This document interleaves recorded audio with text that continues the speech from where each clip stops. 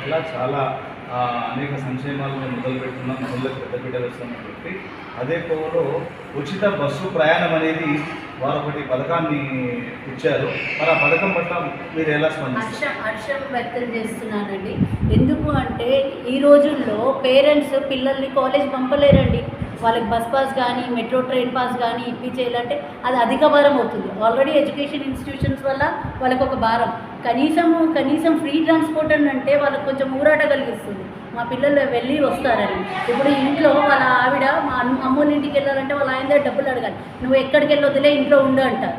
కనీసం రేవంత్ అన్న గారు చేసింది మహిళలకు చాలా ఉపయోగకరంగా ఉందండి.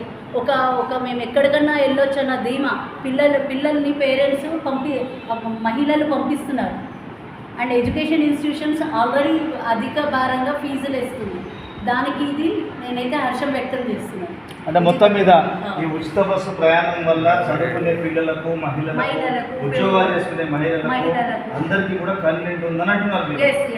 చాలా మహిళలందరూ కూడా సంతోషంగా ఉన్నామండి. దీనివల్ల మరి ఆటో డ్రైవర్లు ఉపాధి కోల్పోతున్నారని. అవునండి, ఆటో డ్రైవర్లు నేను చెప్తున్నానండి, మీటర్లు తీసేశారు. అబ్జర్వ్ చేశాను నేను. అంటే advocate I'm going on keeping on observing the things what is happening around us. So నేను అబ్జర్వ్ చేసింది ఏంటంటే, మేము దిగే ఆటో జస్ట్ మన 3-4 కిలోమీటర్స్ కూడా 100 ఇస్తావా, 200 ఇస్తావా అని వాళ్ళు డిమాండ్ చేయడం. ఇలాంటి పథకాలు వస్తే నాలాంటి వాళ్ళు కూడా ఉచిత బస్ ప్రయాణం చేస్తున్నామండి గర్వంగా. I'm feeling proud. మాకు రేవంత్ అన్న గారు పెట్టిన ఇది ఉచిత బస్ ప్రయాణం చాలా హర్షణీయంగా అండ్ చాలా సాటిస్ఫాక్షన్గా ఉందండి. Include me the advocate feeling very proud of the present government. So one by one the government is taking steps. What are the problems of the people ప్రజల్లోకి వస్తున్నాడండి. ప్రజల బాధలేంటి చూస్తున్నారు, ఒకటి కవర్ చేస్తున్నారు. మంచి చేయడానికి కొంత టైం పడుతుందండి.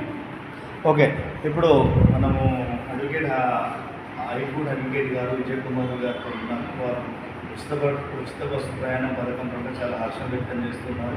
అదేవిధంగా ఆటో రిక్షా వాళ్ళ పైన కూడా ఆవిడ ఏంటంటే వీళ్ళు అధికారుల పర్యవేక్షణ కరువై వాళ్ళు వీటలు కూడా తీసేసి వాళ్ళు చాలా ఇబ్బందులకు గురి చేస్తున్నారు. ఇలాంటి తరుణంలో రేవంత్ రెడ్డి గారి ప్రభుత్వం ఈ నిర్ణయం తీసుకొని మహిళలకు చాలా మేలు చేసిందిగా వాళ్ళు భావిస్తూ ఉన్నారు. వారి పట్ల చాలా సంతోషంగా ఉందని విజయ్ కుమార్ గారు అంటున్నారు.